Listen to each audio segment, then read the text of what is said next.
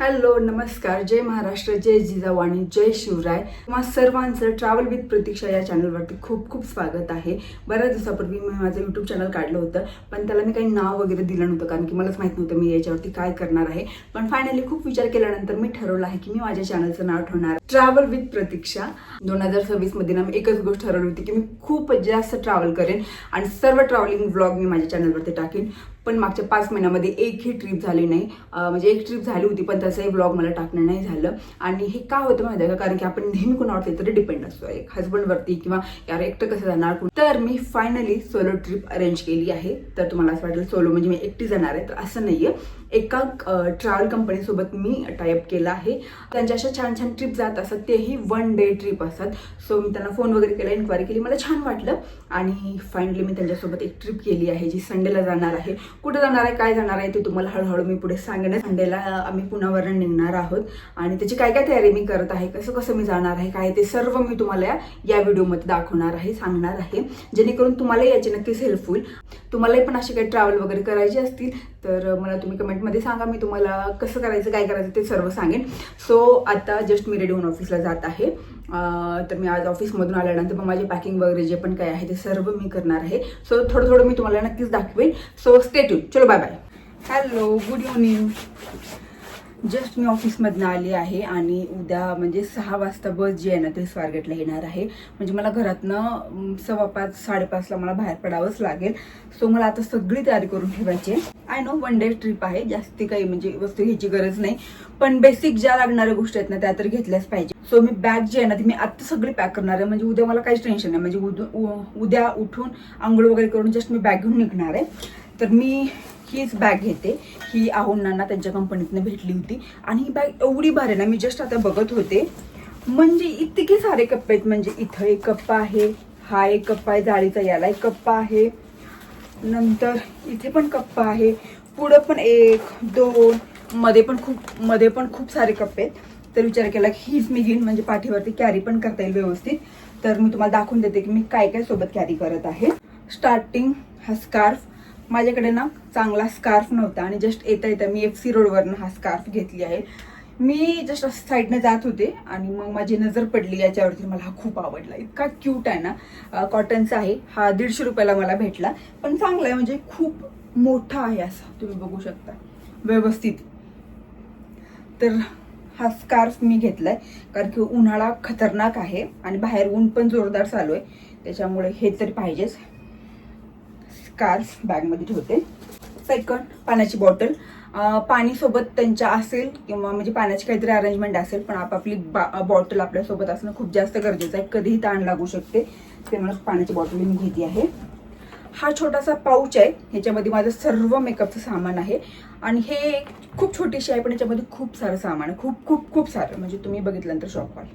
मी दाखवते तुम्हाला मी काय काय घेतलं. First, sunscreen. उन्हामध्ये फिरायचं म्हणजे हे लागतंच बाबा. त्याच्यानंतर कॉम्पॅक्ट, कधीही टचअप करावं लागतं. एक लिपस्टिक घेतली, ही स्विस ब्युटीची लिपस्टिक आहे, जी मला खूप जास्त आवडते. आणि फेस वॉश पण मी घेतलाय छोटासा, हा क्लीन अँड क्लिअरचा. लागला तर हँड सॅनिटायझर, कंगवा, एक छोटंसं हे हेअर बो, लिप बाम. मला लिप बाम खूप जास्त लागतं आणि हा मस्कारा. एवढं सर्व या छोट्याशा बॅगमध्ये आहे. ही कॅप पण मी सोबत घेते कारण की ऊन खूप जास्त लागतं आणि मंदिर वगैरे फिरायचे आहेत, बऱ्याच ठिकाणी म्हणजे फिरायचं आहे, तर कॅप सोबत असलेली बरी म्हणून मी ही कॅप पण घेते.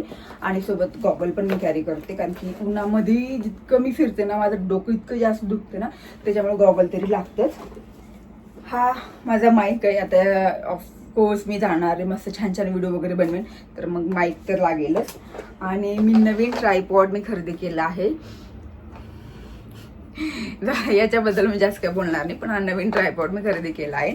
मी असाच बॉक्स मी माझ्या बॅगमध्ये टाकते आहे. तर एवढं सर्व मी उद्या घेऊन जात आहे आणि उद्या मी काय घालणार आहे त्याचं सरप्राईज तुम्हाला तर उद्याच भेटेल, ठीक आहे. तर मी हे सर्व पॅक करून ठेवते आणि मला बाकीचं पण सर्व आवरायचं घरातलं वगैरे. तर आता डायरेक्ट आपण उद्या भेटू. Bye bye. हॅलो. तर सातारामध्ये आम्ही एंट्री केली आहे आणि सकाळी सकाळी आम्ही छान ब्रेकफास्ट करण्यासाठी थांबलो आहोत. आशीर्वाद पॅलेस असं या हॉटेलचं नाव आहे.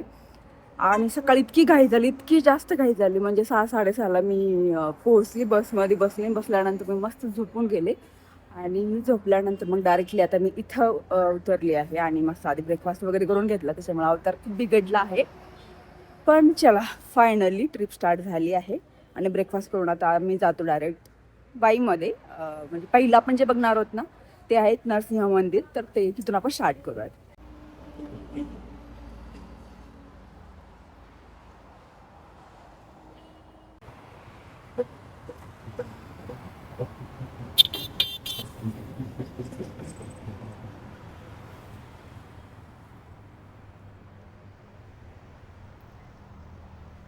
पोट भरून आधी मस्त ब्रेकफास्ट करून घेतला. ब्रेकफास्टमध्ये मेदूवडा सांबर आणि गरम गरम कॉफी घेतली आणि तिथनं निघालो पुढच्या प्रवासाला. वाई शहराबद्दल मी जितकं इमॅजिन केलं होतं ना, त्याच्यापेक्षा खूपच जास्त सुंदर हे शहर मला वाटलं. लिटरली मला असं वाटत होतं की संपूर्ण निसर्ग या शहराच्या प्रेमात आहे. इतकं सुंदर हे शहर मला दिसत होतं. आणि हा डॅम ही मी पाहत होते, पण मला वाटते उन्हामुळे इथे बिलकुल पाणी नव्हतं, त्याच्यामुळे हा डॅम खूपच कोरडा पडला होता. पण पावसाळ्यामध्ये इथे भेट द्यायला मला नक्कीच आवडेल, कारण की तेव्हा खूपच सुंदर हा डॅम दिसत असेल नक्कीच. जिकडे बघावं तिकडे असा डोंगराळ भाग आणि हिरवेगार झाडं वगैरे, तर खूपच छान वाटत होतं. म्हणजे मला तर वाई शहर खरंच खूप आवडलं. नेक्स्ट टाइम मी नक्कीच या शहराला व्हिजिट देईन. आणि आता मी आली आहे वाई येथील धोम गावातील श्री नरसिंह मंदिरामध्ये. चला, तर आता आपण मंदिराजवळ पोहोचलो आहोत. हा मंदिराच्या बाहेरचा परिसर आहे. हे जे तुम्ही समोरची भिंत बघताय, ही तटबंदी आहे, जी पेशव काळामध्ये पेशव्यांनी बांधली होती. खरं तर हे मंदिर पांडवकालीन आहे आणि मराठी शैलीमध्ये हे बांधलेलं मंदिर आहे.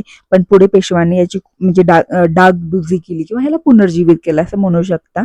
सो मस्त मंदिर पाहिलं, सिद्धेश्वराचं आणि नरसिंहाचं दर्शन घेतलं आणि बाहेर आलो. इथं कृष्णा नदी होती, पण कृष्णा नदीवरती सगळीकडे जलपर्णी पसरली होती, म्हणून आम्ही बाहेरून थोडा वेळ थांबून पाहिलं आणि परत आम्ही पुढच्या प्रवासाला निघालो. दोम गावातील नरसिंहाचं मंदिर पाहून झाल्यानंतर आम्ही पोहोचलो मेनवलीमध्ये, जिथे आम्ही नाना फडणवीसांचा 250 वर्षी पुराणा वाडा बघणार होतो.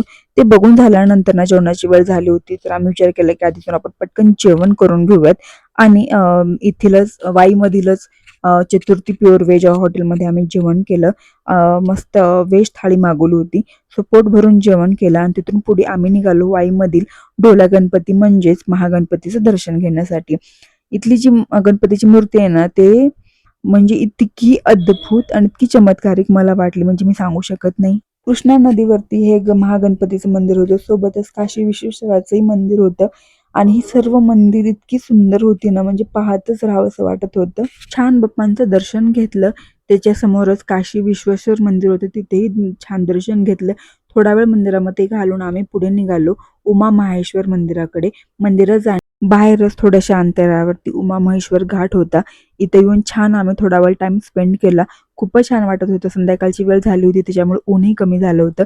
इथे थोडा वेळ घालवल्यानंतर आम्ही उमा महेश्वर मंदिरामध्ये आलो. इथे छान दर्शन घेतलं. हेही महादेवाचं मंदिर होतं. हे फक्त महादेवाचं मंदिर नव्हतंच, तर महादेवाच्या मंदिरावरती ना, म्हणजे इथल्या भिंतीवरती ना, अतिशय प्राचीन काळातील रंगकाम केलं होतं, जे बघायला खरंच खूप छान वाटत होतं. पण काळानुसार ते आता थोडंसं म्हणजे धूसर झालं होतं. पण मजा आली, अशी होती आमची